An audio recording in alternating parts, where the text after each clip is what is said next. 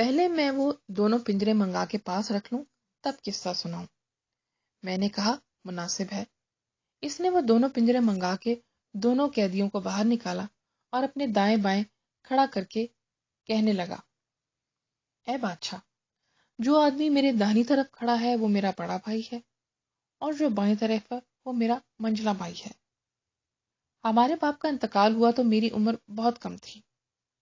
ان دونوں بھائیوں نے جائیداد بانٹنی چاہی۔ میں نے کہا کہ میں اپنا حصہ کیسے سنبھالوں گا؟ تم دونوں ساری جائیداد سنبھال لو اور میری پرورش کرو۔ اس پر یہ لوگ مجھے قاضی کے پاس لے گئے اور میں نے اس کے سامنے دستخط کر دیے کہ مجھے کوئی حصہ نہیں چاہیے۔ ان کی نیت تو پہلے ہی سے خراب تھی۔ کچھ دنوں کے بعد مجھ سے کہا، یہاں جگہ تنگ ہے، تم اور مکان کرائے پر لو اور رہنے لگو۔ میں نے یہ بھی کیا۔ ایک کتا جسے میں نے بچپن سے پالا تھا میرے ساتھ چلا آیا اور میں ایک کرائے کی حویلی میں رہنے لگا۔ اب ہر وقت یہ فکر تھی کہ کیا کروں۔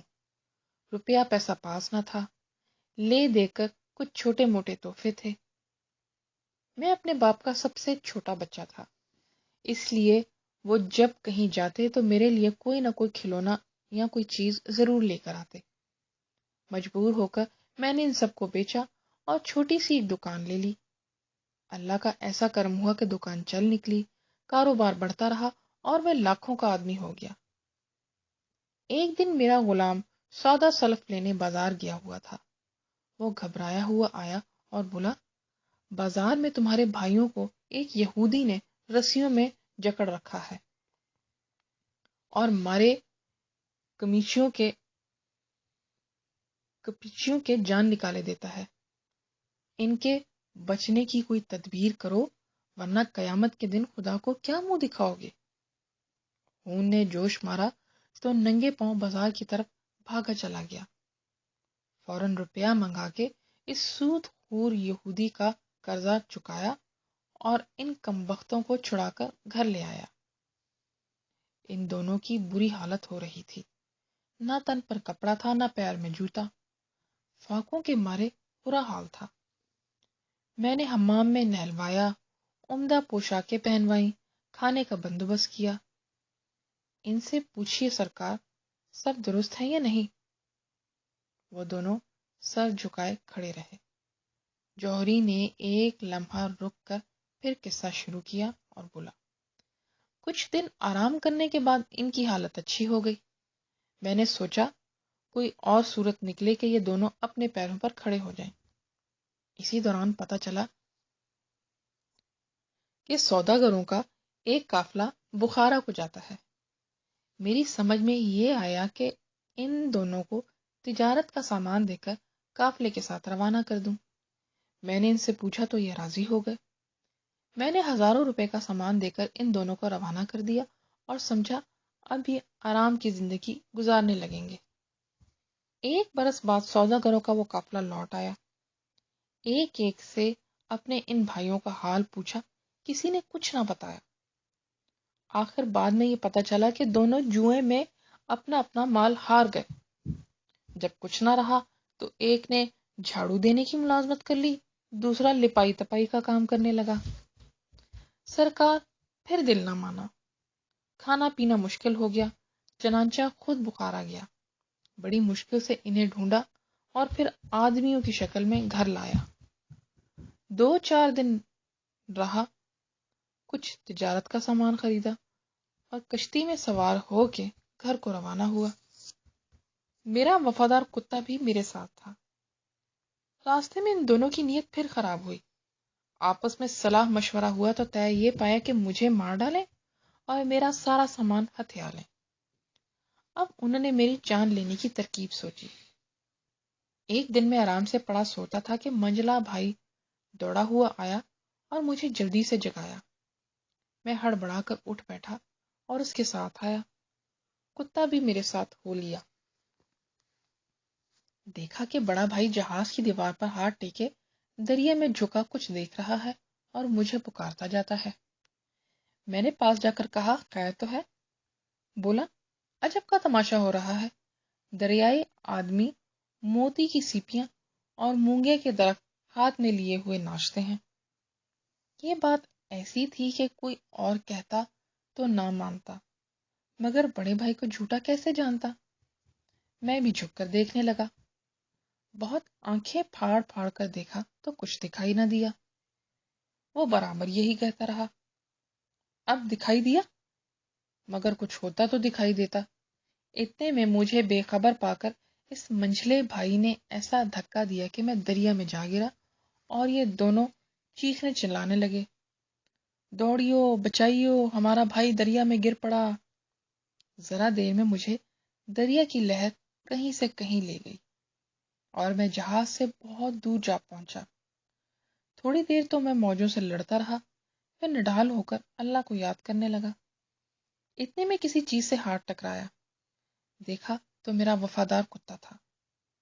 مجھے دیکھ کر یہ بھی دریا میں کود پڑا تھا اور مجھے بچانے کی کوشش کر رہا تھا۔ میں نے اس کی کمر میں ہاتھ ڈال دیا، آخر بڑی مشکل سے کنارے لگا، مگر حالت یہ تھی کہ ذرا دیر میں بے ہوش ہو گیا۔ دوسرے دن ذرا جان میں جان آئی تو وہاں سے کھڑا ہو کر چلایا۔ آخر بھوکا پیاسا ایک شہر میں جا نکلا۔ حلوائیوں اور نان بائیوں کی دکانیں جگہ جگہ موجود تھیں، مگر جیب میں ایک کوڑی نہ تھی۔ بھیک مانگتے شرم آتی تھی، مگر بھوک ہاتھ پھیلانے پر مجبور کرتی تھی۔ اس پریشانی میں چلا جاتا تھا۔ سامنے سے دو آدمی اپنے دیس کا لباس پہنے آتے دکھائی دیے۔ ذرا جان میں جان آئی کہ جاننے والے نکلے تو کچھ قرض مانگ لوں گا۔ پاس آئے تو دیکھا دونوں اپنے سگے بھائی ہیں۔ خدا کا شکر ادا کیا کہ اس نے آبرو رکھ لی، غیر کے آگے ہاتھ نہ پھیلانا پڑا۔ میں نے بڑھ کر سلام کیا اور بڑے بھائی کے پیر پکڑ لیے، مگر وہ دونوں شور کرنے لگے۔ منجلے بھائی نے میری ایسی لات ماری کہ میں اوندھے منہ گر پڑا۔ اس طرح دونوں نے میرے ساتھ وہ سلوک کیا جو حضرت یوسف کے ساتھ ان کے بھائیوں نے کیا تھا۔ میں روتا اور خوشامد کرتا رہا اور وہ لاتوں اور گھونسوں سے مجھے پیٹتے رہے۔ اتنے میں اچھی خاصی بھیڑ جمع ہو گئی۔ لوگوں نے پوچھا یہ کیا قصہ ہے؟ اس پر بڑے بھائی نے جواب دیا، یہ حرام زادہ ہمارے بھائی کا نوکر تھا، اس نے موقع پا کر ایک دن ہمارے بھائی کو دریا میں ڈال دیا اور سارے سامان پر قبضہ جما لیا۔ آج یہ ہاتھ آیا ہے۔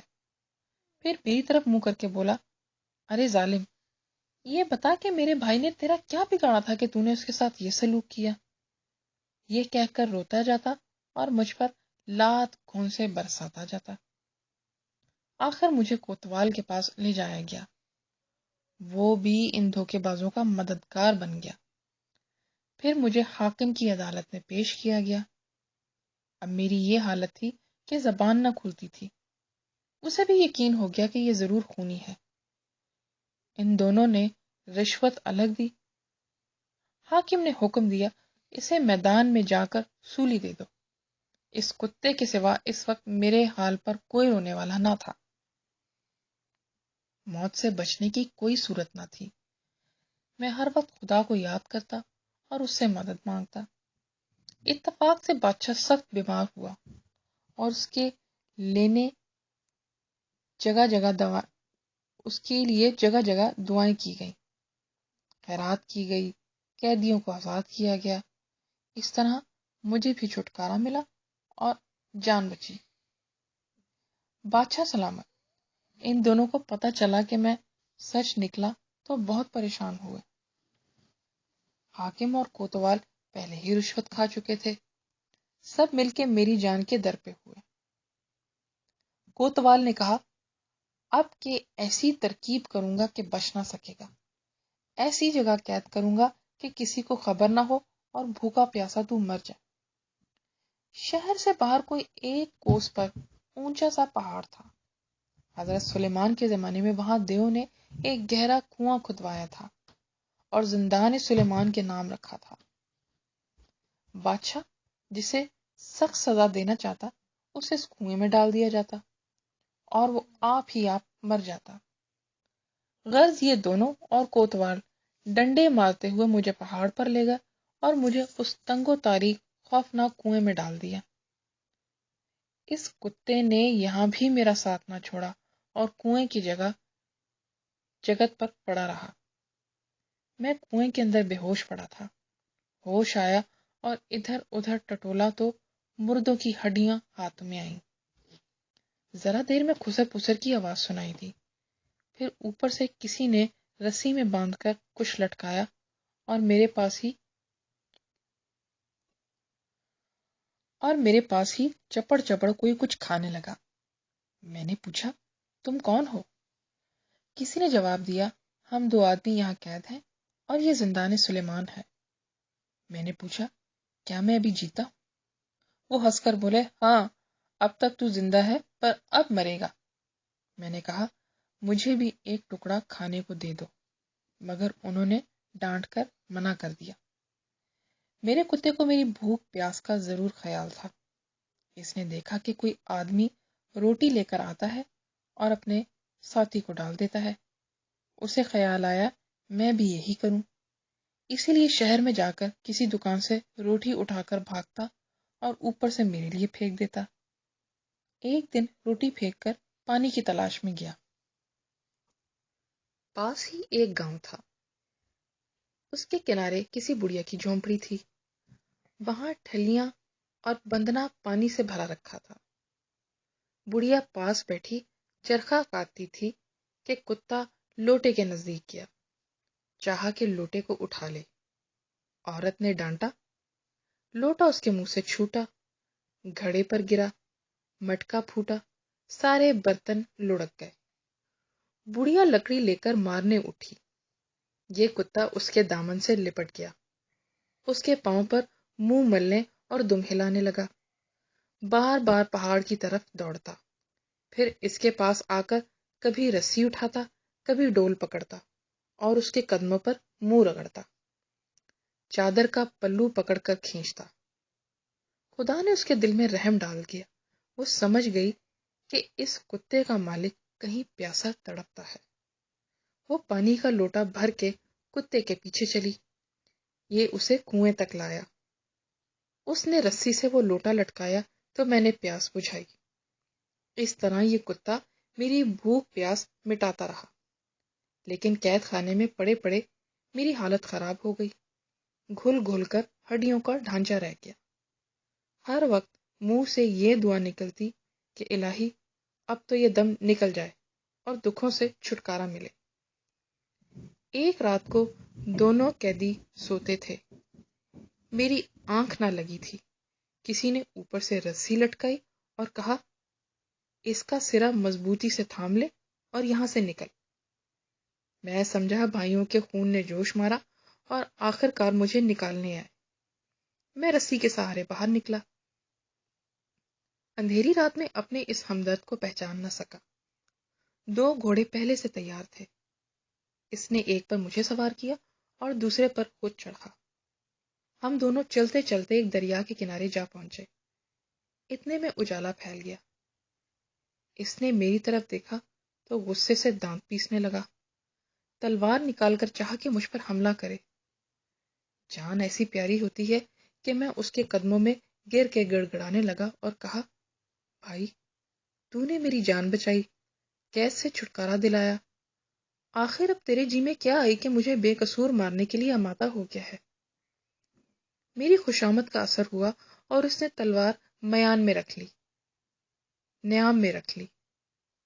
پھر مجھ سے پوچھا، یہ بتا تو ہے کون اور کس گناہ میں قید ہوا تھا؟ میں نے اپنا سارا قصہ شروع سے آخر تک کہہ سنایا۔ میرا حال سن کر وہ نوجوان رونے لگا، پھر بولا، اے جوان، اب میرا ماجرا سن۔